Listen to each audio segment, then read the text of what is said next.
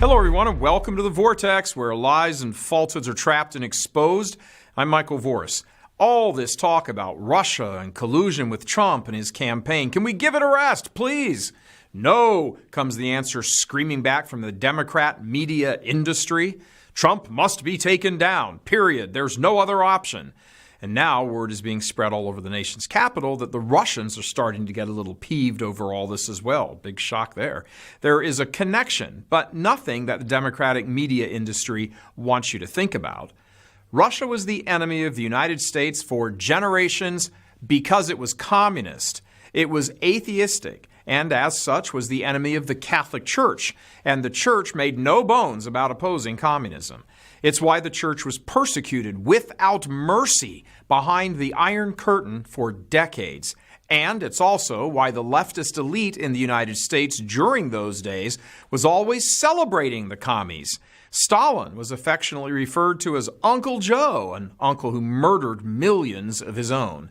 Che Guevara was celebrated as a revolutionary. He was a bloodthirsty killer.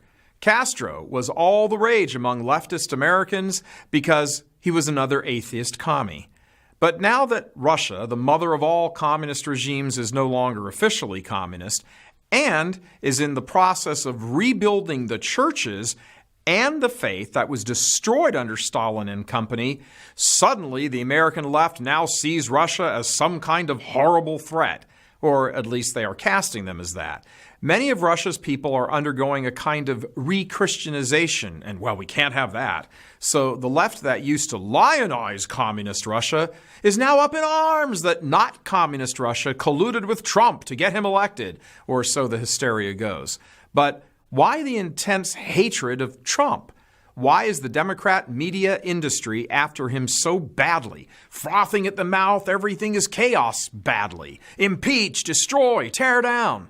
Well, Trump, rightly or wrongly, is seen by them as a return to a more religious climate, meaning moral. Whether Trump himself, the man, is moral or not, religious or not, that doesn't matter.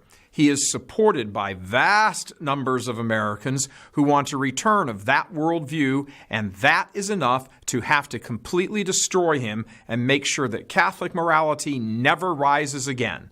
Now, inside the church, there are elements of the Democrat media industry. They are fake Catholics who agree with the worldview that socialism, which the church has repeatedly condemned, is the salvation of mankind. They are the ones constantly going on nonstop about illegal immigration and poverty and man-made climate change. They are the ones who oppose the church's moral teaching, especially in the area of sexuality. And from the 1960s on, they have largely seized control of the levers of power, not completely, but enough to have eroded the faith of tens of millions and brought about a nearly unprecedented crisis in the church. But their work has been so subtle and well executed, so perfectly planned out, that much of it has gone by undetected in any major way. It's been one gigantic broad front war, a slow enough movement to never seem overtly threatening, yet broad enough to encompass every single solitary area of church life. In yesterday's Vortex, we spoke about the watershed moment, their victory lap, so to speak, when Obama appeared at Notre Dame as their champion. That was way back in May of 2009. It was more than 8 years ago. Since that time, their reach has extended and the rate of the destruction of the faith has stepped up dramatically. Having seized power, they are more blatant about its use than they ever used to be. Now they are bold, declaring, for example, that sacrilegious Holy Communions are okay, preaching that everyone goes to heaven, or nearly everyone, that we should not recognize or preach about the uniqueness of Catholicism with all that sexual morality stuff, because people's feelings will be hurt. The Vortex focuses in on all this perverted, distorted presentation of the faith, which isn't really the faith at all. It's why so many in the church establishment hate this program and this apostolate. It exposes the lies and the deception of many in the church who have worked to undermine the supernatural character of the church for decades. They have attempted to usher in a whole new church, not dedicated to the mission of saving souls, but to the glorification of man. This needs to be understood in all its perversity and danger, and it's why we have written our latest book from St. Michael's Media Publishing, The Vortex, Volume 1. You can order your copy by just clicking on the link.